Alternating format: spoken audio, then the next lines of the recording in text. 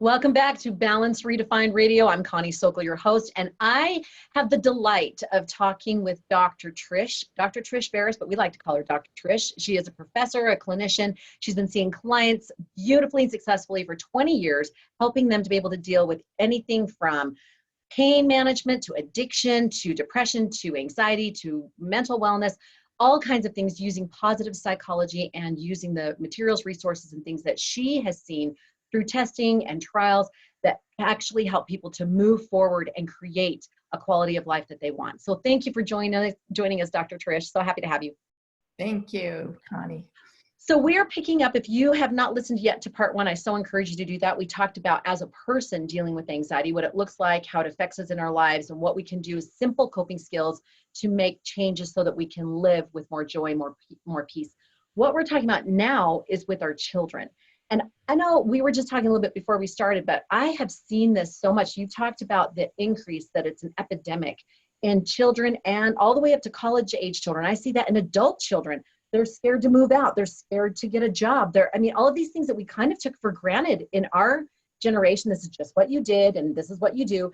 That it's shifted, and there's a lot more dynamics with this. What are you seeing with our children? That's absolutely. And since social media came in, it has gone up. Anxiety and depression has gone up exponentially, hugely. And we don't know what it is, except it can be, part of that. But you know what? Look at the world.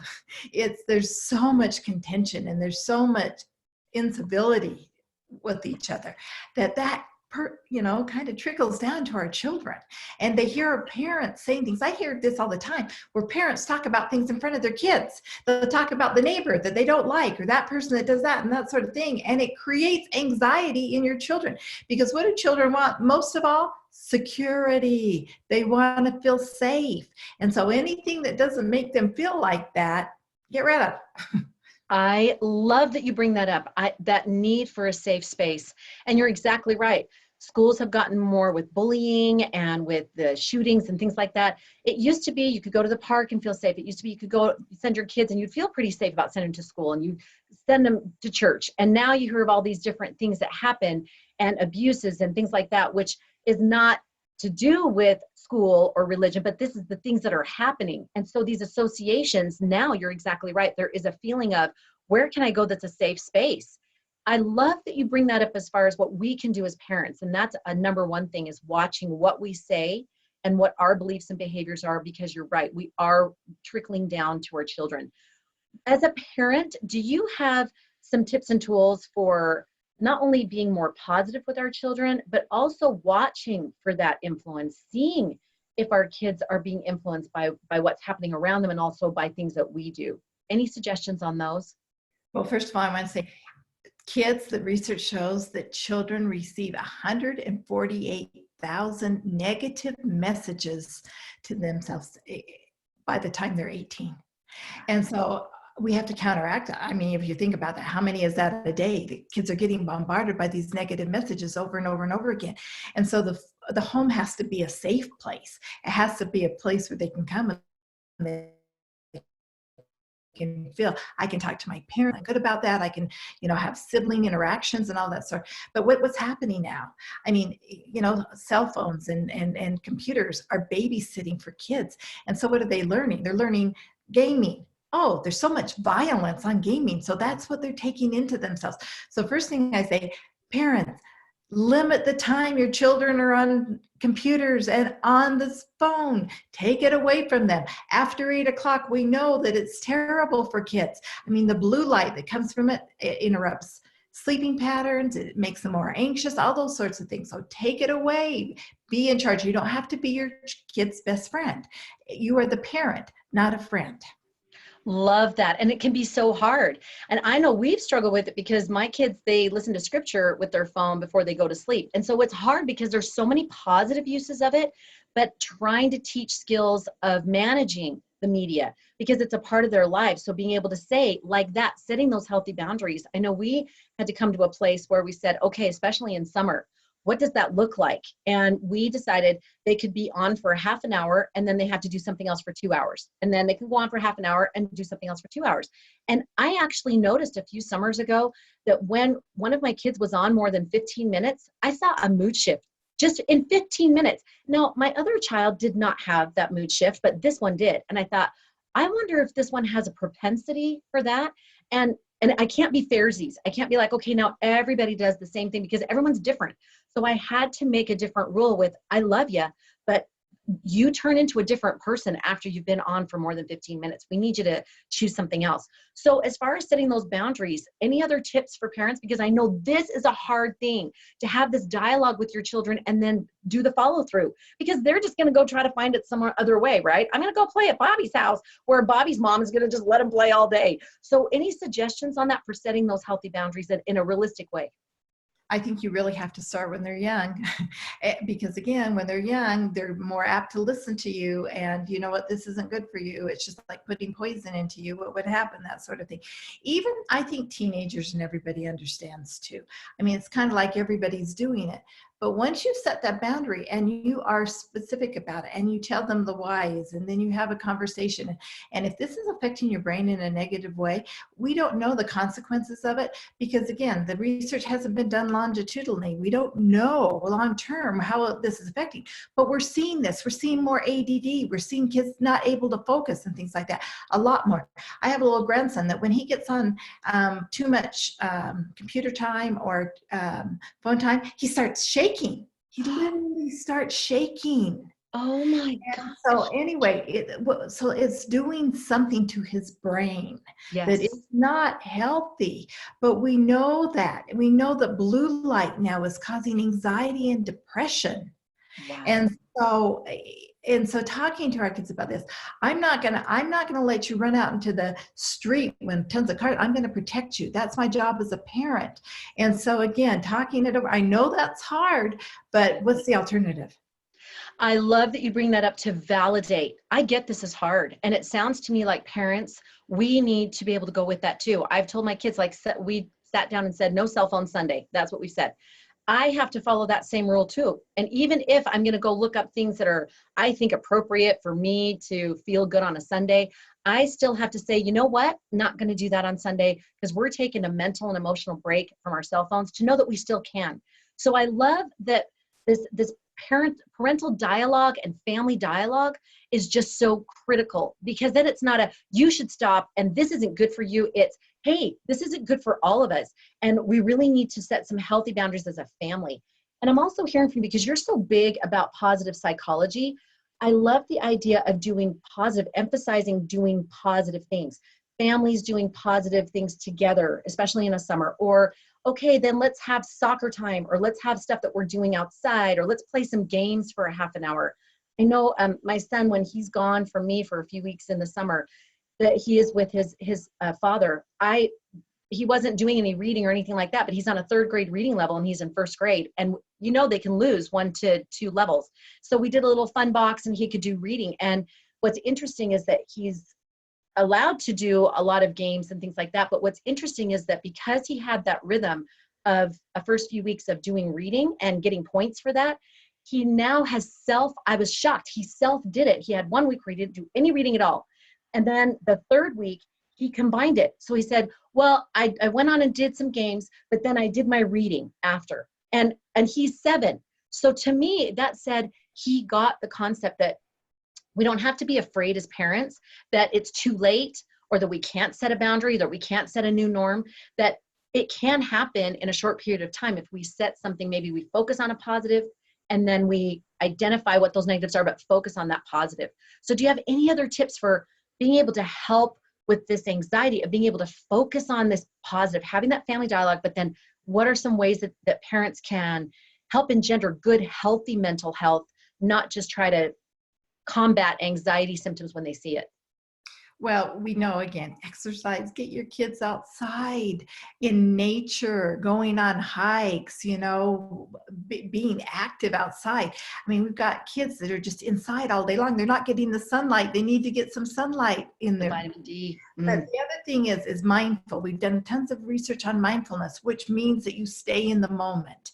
And so how are you feeling? Tell me about that. Don't, oh, just get over it. Or, you know, it's not minimizing what the emotions are, but tell me about that emotion. Maybe draw it on a piece of paper. Coloring, artwork, really been shown. I mean, they have adult coloring books now because, again, it's been shown to be very effective with people who have anxiety. Listening to music, teaching them about great things about music and how that calms, and different types of music. Does that calm you? Does that not calm you? Can you see what's going on here? Yeah.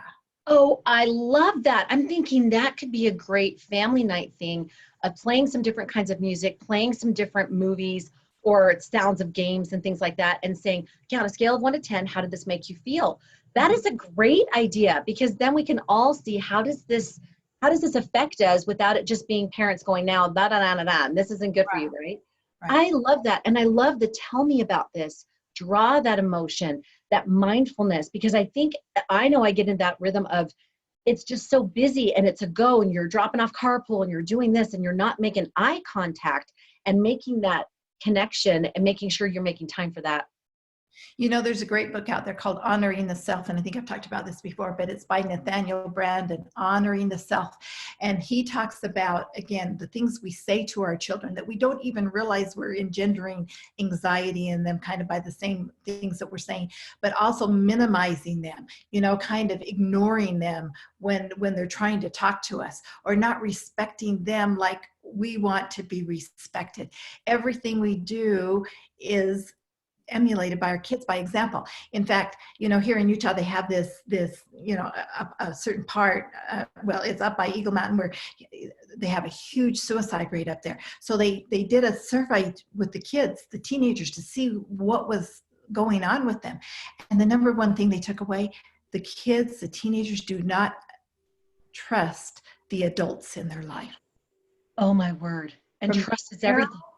to their teachers, they don't trust them. Now, if you don't have trust, you have anxiety. And who do you go to for your example? And so everybody's going, why? Why don't they trust?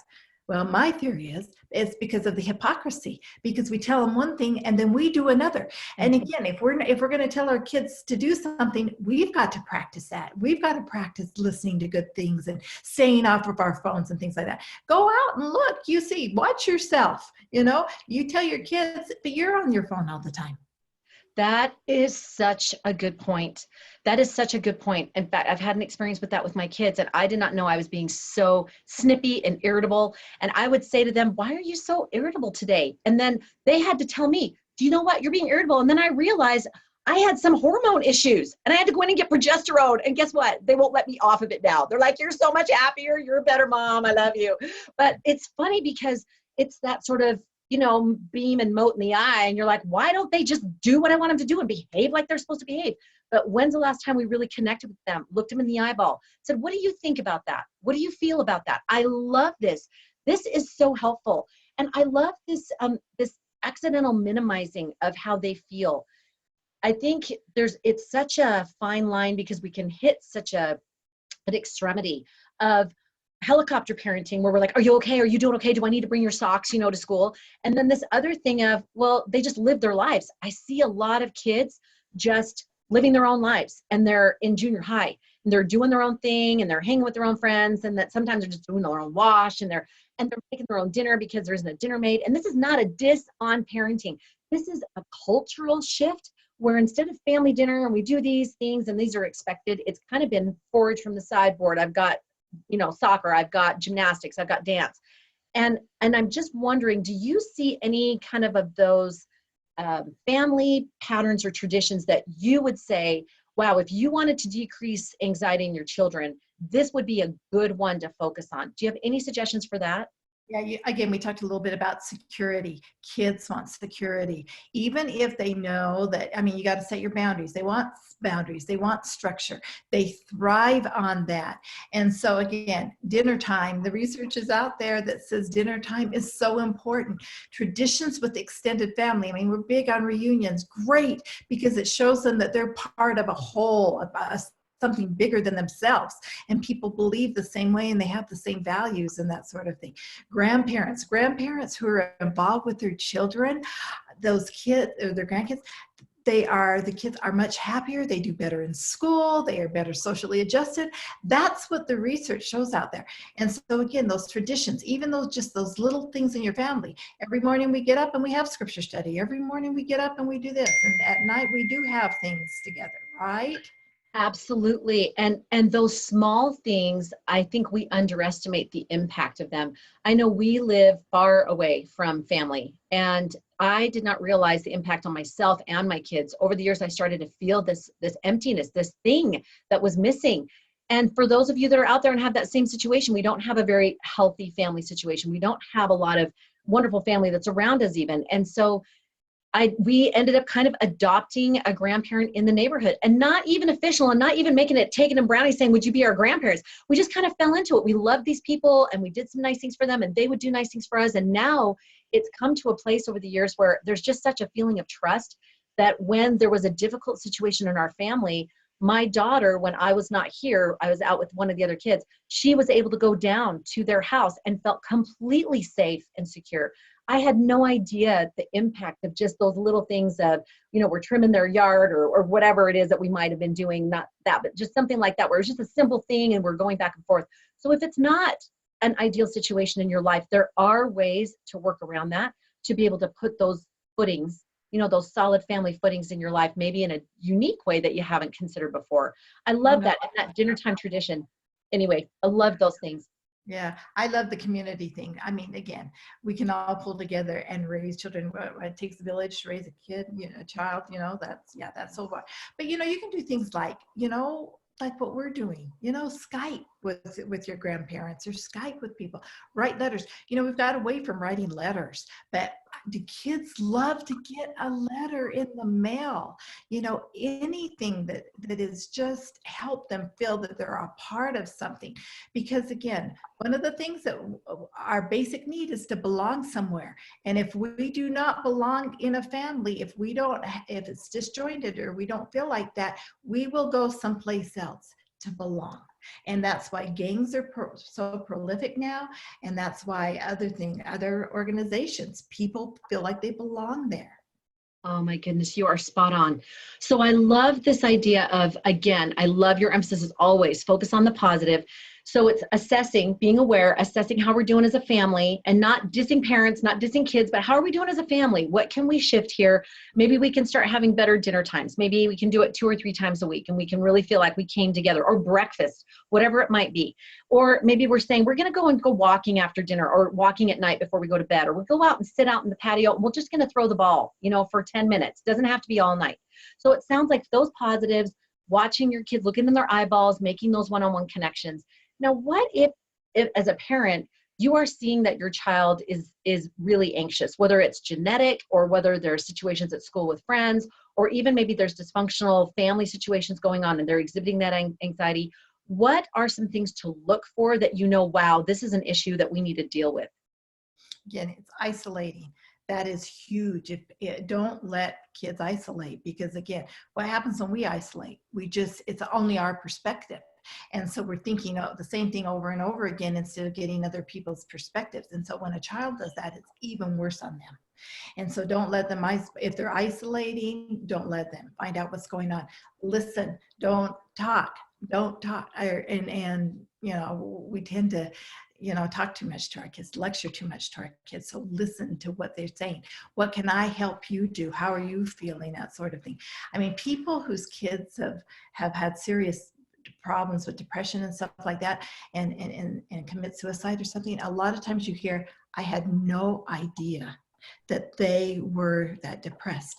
Well, something's going on in the dynamic of that family, and not to blame the parents or anything, but there's not a trust that people can feel like they can talk. And going along with that, sometimes we praise our kids too much. Again, and we cause anxiety by praise because they do, oh, you're such a great kid. Well, if they don't feel great, then that makes them feel like they're not good enough because they're not great like their parents want them to be, kind of thing. And so be specific in your praise for that child. You know, this is specifically what I like about you, and see those things and encourage them. How does that make you feel?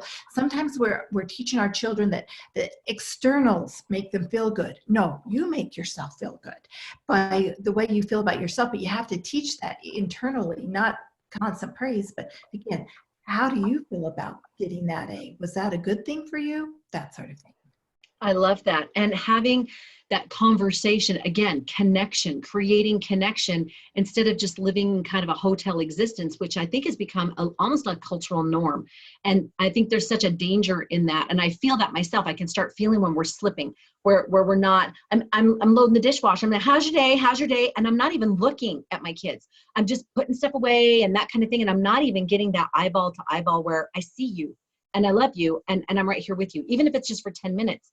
I love when you talked about this listening and what can I help you do and the isolating. So I want to make it clear. What I'm hearing you say is not that they can't have alone time because they need to learn to be alone, but you're talking about excessive or they're on their device and they're just by themselves all the time and they're not connecting with other people because that's where they're going to grow and feel that, again, that reassurance, that validation. So am I correct in that?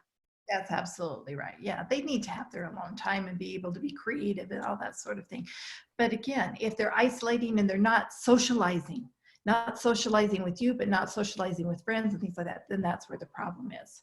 I think that's a great point. They don't feel good about it. They don't have a good sense of themselves and feel, have a high enough confidence level to go out and do that. Then again, providing them with information, but experiences, more importantly, experiences to help with their socialization. Oh my gosh, you are just sparking so many things in my mind. The simple things. So one of my daughters it's more of a genetic thing and she has this anxiety and then it just gets magnified when it's situational, right? And so over the years, she really struggled to be in public in situations. She didn't feel like she knew what to say. She would feel really embarrassed. She didn't know if she was going to offend someone and she just would get really small. And we started doing these things on Sunday called bake and takes. It's like the simplest thing. We bake something and they'll be like, I don't want all these carbs in the house. So we're going to go take these to some neighbor. So we'd go and I would make them come. Okay, thank goodness. Once in a while you hit on something that does well. But I started to notice that because they came with me and they'd grumble, oh, you better believe they grumble. How much longer is this going to take? Stop talking to everyone for so long, right? And we'd go and do that. Do you know that I have noticed over the last 4 or 5 years that she started to come out of her shell. She started to speak to people. I would be shocked. I'd hear her say things and I'm like, that was very socially savvy or socially kind and very confident. And she didn't necessarily go pursue it, but she was comfortable doing it. And then one thing led to another. And then she went to go nanny in France and she had to really know how to handle herself. And then she went to college and then now she's serving a mission for our church going back to France. But I've watched this progression and I swear it's been from those little things of taking them, like you're saying, those experiences of just serving someone or them watching you handle a difficult situation when you're at the printing thing at the building and they haven't got your things right and how you're going to handle that difficult situation. And they're watching. I can feel them watching me all the time. So not as a pressure, but what you're saying, not just telling, but showing, like having those experiences, making that difference with the anxiety level. Oh, that's exactly. Again, we tend to lecture too much instead of giving them experiences. And kids don't know how to do things sometimes, or they don't feel their character strengths. That's not one of them, to be social. And so again, but they may want to be, so they have to learn how to do that. How is the best way of learning how to do that? For you to give them experiences, not to throw them into the lion's den and, oh, you got to go yourself, right? But yeah, watching you and how you're doing it. I mean, we wouldn't tell a kid, oh, go clean the bathroom without showing them how to do it. And we forget those things. One other thing I want to say, because I see this all the time in my students at the U when they write their histories and they write their papers to me and they talk about their upbringing and stuff like that. they talk about not being accepted by their parents, that they had to be something that their parent wanted them to be, or be involved in activities that their parent wanted them to be involved in instead of what they wanted to do. So if it was different and the love was withdrawn. Now, sometimes we do that unconsciously, but they said that made them feel like they couldn't be true to themselves. Well, what causes anxiety more than that? When you can't be aligned with who you are. Oh my goodness. And I think that is a parent's, the bane of our existence is walking that line of, as a parent, I have a stewardship of to do what I think is best for you, right? But then we're winging it. We don't know. We're trying to figure this out as we go along. So people who are listening, especially who are parents, I want to make sure they feel this conveyance of hope and positivity that we have, of that we can recognize this and we can be honest with our kids. How many times I've had to be honest with my kids and go, I have to let that dream go. That's my dream. That's not their dream. I wanted them to all do piano. They did not want to do piano. So we had to come to a compromise. 1 year of piano, and then you can do whatever you want, right? Because I knew from research, I knew it would help them. That doesn't matter. Because if they're hating me and I'm hating them and it's not a good experience because they're going to learn that piano because it's good for their brain, how is that going to help our relationship in the long run? So I love what you bring up, that these kids not feeling that acceptance. I can see that. I think we as parents can all see that when they don't do it, whether it's a religious thing, whether it's an ethical thing, or it's a choice of a college direction they want to go or whatever, they're going to see that disappointment on our faces. And I don't think what you're suggesting is not to ever show emotion or say, I'm so bummed about that. I would have loved for you to do that. But being able to say, okay, but I support you. I know that you, go think about that. Go pray about it, whatever it is, and say, I'll do that too. And then, hey, let's figure out a plan. It seems like it's really important to you and I want to be supportive. I think that's what I'm hearing from you. Yes, it's not molding the child in your image, right? And what you want to do. Being curious about them and saying, because each of your children is going to be different. What do they like to do, right? What is it that their characteristics, and then going with those. And that doesn't mean you don't encourage in a certain way and things like that. But again, it's not what you want. It's their life. That is so true. And I think for wrapping up, I want to, if it's okay to end on this as far as this anxiety issue, 2 things. One is it's okay for us to make mistakes. And that as parents, I think it's actually for the children so empowering when we come to them and said, you know what, I've been saying this for 6 months and guess what? I just figured out I was wrong. That is not the way for us to do this. And I am so sorry. What do you think we can do to kind of shift this to make this be on a positive track? I was trying to be helpful, but I can see that that's not being helpful. So I know for my own kids that I know the times that I feel the most love and trust from them is when I am apologizing for things I genuinely, they already know that I did that wrong, and they're being kind, generally speaking, about not putting it in my face, but they've let me learn that. And then they're open to me saying, I am sorry, and let's try to figure this out differently. So the whole act of apologizing and sincerely and really wanting to know their thoughts on moving forward, I think is a powerful tool. And you know what? Let your kids make mistakes in your home. You want them to do that. You want them to make mistakes so you're there to help them. If you're so controlling that they can't do anything, then when they get out of the home, they're going to make mistakes and you're not there to help them then. And then they're going to be a free fall because they won't have coping skills of, and then that anxiety is going to shoot through the roof. Yes. Love that point, is having that happen in the home so that we can work it through together. Again, with this understanding of, I'm not the I Ching. I don't know every single thing, but I'm doing what I think is best. And you can help me. We can talk about this. We can figure this out. And there's some things that I can't negotiate, but there's lots of things that I can. Some things are just a hard and fast, but a lot of things aren't. And so we can work that. So I love that feel. I think that just makes me decrease anxiety just talking about it. Other thing I would love to just kind of finish up on is, how do you have a dialogue with your child where you can see that they have anxiety? You can see and feel from their responses that that's what's happening. How can you address that with them so that they don't feel a label? They don't just now start walking around going, well, I have anxiety, so that's my problem. That's why I can't do X, Y, and Z. How can we have a positive, healthy dialogue about this? Well, if you try to have a dialogue with them when you don't show your emotions, or you say that, oh, no, I'm not stressed, when they know you're stressed, yeah, I'm feeling stressed and I need to calm down and these are the ways I need to do it. Again, it's example. But if you see do we need to go talk to someone? I talk to someone. Is that okay for you to go talk to someone? Again, and with teenagers, a lot of times they will come to you and say, I need some help here. I need to go talk to someone. Don't freak out. Don't freak out. Don't say, oh, it must be because I'm a terrible parent. They want to go talk to someone else. And again, we do that. You know, we don't want them to go talk to someone because of what they'll say about us. And that's, yeah. And no. And so again, encourage that. Again, don't stigmatize emotions and don't stigmatize mental health. Sometimes we do feel anxious. Sometimes we do feel depressed for different reasons, and it's okay. I love it. So it sounds like whatever you do, whether they come to you or you go to them, validate it. Just validate it. Guess what? We all feel anxious. We all have these kind of issues. It's the world we live in. It's the pace of life. Totally get that. I just want to know what's going on, because I've noticed this and this and this that's shifted, and we love you. That's not a problem in the sense that we all have things that we show our emotions, and something's going on and we need to address it. So it's not a problem. It's just we need to figure out, what do you want to do with that? Because I've noticed you're not coming out of your room very much. I've noticed that when we want to try to do family stuff, you don't want to be involved. So we'd love to figure out what's going on here, because we love you and we want to spend time with you. Sounds like that kind of dialogue. Yes, and many times, again, not to minimize that, because there are times where I see people in my office, kids that definitely need to be in there, but sometimes it's not as bad as the parent thinks. You know, it's more in the parent than it is the child. And so, but I'm not saying don't get them help, because you know, it's better to be safe than sorry. But sometimes I'll call mom and I'll say, Mom, these are the things that are bothering you. And then you're not your child's problem. You need to talk. I love it. And they're taking that on, or we are putting it on them in a third person, yes, and we're projecting that onto them.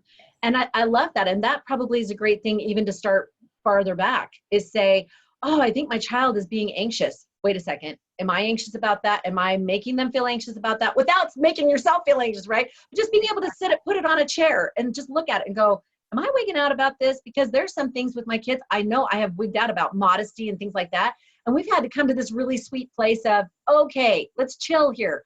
What's the basic bottom line that we want, the principle that we want to follow? Okay, super. So whether, you know, shorts or X amount of length or not, I'm not going to go through and a ruler. I mean, it's ridiculous. I just want there to be this healthy self-image. Okay, so once they got that and we had this dialogue, it was so much better of, okay, I get where mom's coming from and this makes me feel good. And are you good? And I'm like, yeah, that's good. We're good. And I don't know. I just feel like if an open dialogue out of everything that we've talked about, I feel like we keep coming back to this open, connecting dialogue. And I can see why social media is making so much anxiety, because it's the antithesis of that. So I love the suggestions that you've had here today. I'm going to recap just a couple of them. Is watch what we talk about around our kids, create a safe space. They can feel trust in you and trust in that space. Maybe some predictability with the boundaries, limiting the media, which is creating anxiety. So nothing after 8 p.m. Maybe I'm setting some boundaries on, hey, let's go do something fun as a family, have dinner time. And they know, okay, Tuesday, Thursday nights, we're going to have dinner together.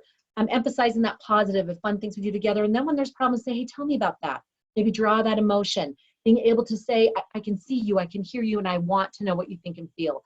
Any last thoughts? I'm loving all of these. I'm like, and then people listening, okay, do not try to do all of those at once, or you will go and get anxiety in a hardcore form. So choose one of those and maybe even have an open dialogue with your kids and say, Mom's trying something because I'd really like to see this happy, peaceful, positive thing. So I'm going to try this. What do you guys think?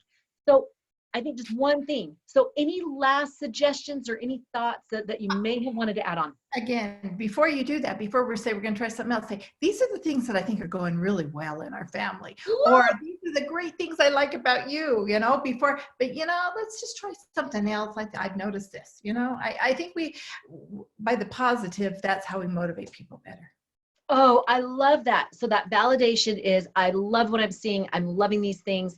Hey, not you guys have something wrong. I would love to feel this kind of more peaceful thing. I'm thinking if we did this one thing, what if we just went out to the fire pit after dinner for just 10 minutes and just, you know, chat about the day? What do you guys think?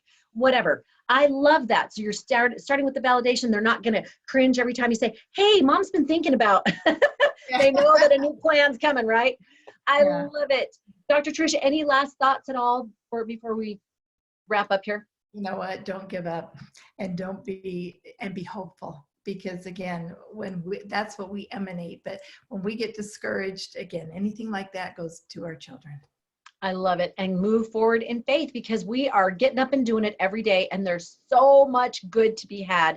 We don't need to hyper focus on the things that are perceived as negative. They're just a part of that growth cycle. Love it. Dr. Trish, thank you so much again for your wonderful words of wisdom and sharing with us today. Again, tune in for more podcasts, specifically Dr. Trish series that we are doing on all kinds of mental and emotional health. And also any other of those, you are welcome on those podcasts to subscribe to, so you can click below. Would love for you to keep checking in with us to get more great life-changing tools. Again, thank you for joining us on Balance Redefined Radio. I'm Connie Sokol, your host, and join us again, because this year is your year. Get Balance Redefined.